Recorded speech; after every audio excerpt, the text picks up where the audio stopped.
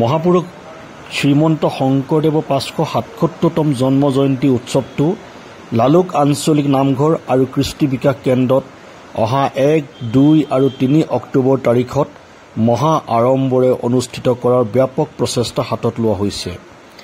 যোৱা 3 ছেপ্টেম্বৰত লালুক আঞ্চলিক নামঘৰত বহা এক ৰাজহুৱা সভাত অৱসৰপ্ৰাপ্ত শিক্ষক অকমান নেওগক সভাপতি, অমিন ফুকনক কাৰ্যকৰী সভাপতি আৰু জিতেন ফুকনক সাধাৰণ সম্পাদক হিচাপে লৈ এখন উদযাপন সমিতি গঠন কৰি দিয়ে। বিত্তীয়, কৃষ্টি, সাহিত্য, ভাগৱত ভ্ৰমণ, ভাওনা আদি কেইবাটাও বিশেষ বিষয়ৰ দিশ সুনিয়াকৈ সম্পন্ন কৰি তুলিবৰ নিমিত্তে একোখনকৈ উপসমিতিও গঠন কৰি দিয়া হয়। তিনিওটা নিশাতে একোখনকৈ ভাওনাও দিয়া সিদ্ধান্ত লৈছে উদযাপন সমিতিয়ে। 3 দিনীয়া বৰ্ণাঢ্য কাৰ্যসূচীৰে আয়োজন কৰিবলগীয়া এই মহোৎসৱৰ প্ৰতিটো কাৰ্যসূচী সাফল্যমণ্ডিত কৰি তুলিবৰ বাবে সকলো ৰাইজৰে উপস্থিতি কামনা কৰিছে উদযাপন সমিতিয়ে। আমাৰ এইবাৰ লালুক আঞ্চলিক নামঘৰ তথা কৃষ্টি বিকাশ কেন্দ্ৰৰ উদ্যোগত 577তম জন্ম জয়ন্তী শ্ৰীমন্ত শংকৰদেৱ জন্ম জয়ন্তী উৎসৱ ভাগি পাতিবলৈ আমি যোজনা চলাইছোঁ। ইয়াৰ উপলক্ষে 3 দিনীয়া কাৰ্যসূচী হ'ব। 1 অক্টোবৰ, 2 অক্টোবৰ আৰু 3 অক্টোবৰ। এই 3 দিনীয়া বৰ্ণাঢ্য কাৰ্যসূচী আমি হাতত লৈছোঁ। প্ৰথম দিনা পতাকা উত্তোলনৰ পিছতে কৃষ্টি আৰু সাহিত্য প্ৰতিযোগিতা থাকিব। দ্বিতীয় দিনা মূল আকৰ্ষণ শোভাযাত্ৰা থাকিব, ধৰ্মীয় শোভাযাত্ৰা। আৰু তৃতীয় দিনা কাৰ্যসূচীত আমাৰ মূল সভাখন আয়োজন কৰা হ'ব। তাতে বিশিষ্ট ব্যক্তি আৰু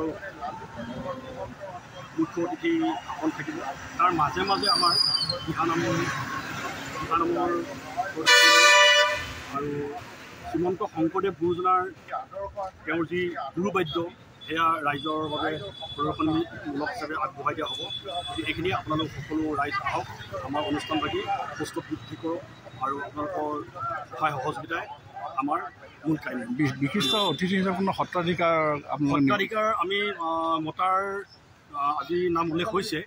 আজি আমাৰ যিহেতু কাৰ্যকৰী সভাখন অনুষ্ঠিত হৈ গৈছে, সত্ৰাধিকাৰ থাকিব। কোন আছে সত্ৰাধিকাৰৰ নাম? অৰুণ গোস্বামী বুলি তেওঁ শিয়ালমৰা সত্ৰ সত্ৰাধিকাৰ। আৰু ইয়াকে লৈ আপোনালোকে আহক, আপোনালোকে আমাৰ অনুষ্ঠানভাগি বিশেষকৈ দেখা যায় ভাওনা সমাৰোহ কেনেধৰণৰ হ'ব? আপোনাৰ কিমান দল? কোনটো ভাওনা সমাৰোহ? ভাওনা থাকিব 3টা নিশাতে আমাৰ ভাওনা থাকিব। ভাওনা আমাৰ কেইবাখনো আহিব। তাৰ মাজতে আমি ভাওনা উপসমিতি আছে, এই উপসমিতিয়ে বাছি উলিয়াব কোনকেইখন ভাওনা অগ্ৰাধিকাৰ দিয়া যায়। গতিকে আমি 3খন ভাওনাহে ইয়াত মানে প্ৰদৰ্শন হিচাপে আগবঢ়াব পাৰিম। বিকাশ কেন্দ্ৰৰ উদ্যোগত আমি গুৰুজনাৰ 577 সংখ্যক জন্ম জয়ন্তী উৎসৱ ভাগি আমি বৰ্ণাঢ্য কাৰ্যসূচীৰে 3 দিনীয়াকৈ পালন কৰিবৰ কাৰণে আয়োজন কৰিছোঁ।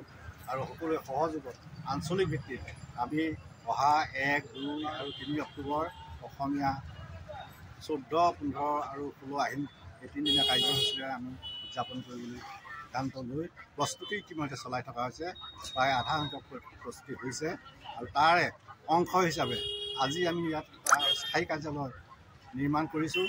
আৰু এই অস্থায়ী কাৰ্যালয় ভাগ গ্ৰহণ কৰি আমি সকলোকে ইয়ালৈ সহযোগ কৰিবৰ কাৰণে আহ্বান জনাইছোঁ। আৰু সেই 3 দিনীয়া গুৰু জয়ন্তী উৎসৱৰ বিভিন্ন কাৰ্যসূচীত আটাইকেইটা দিশতে সকলোৰে সহায় সহযোগ, দিহা পৰামৰ্শ আমি কামনা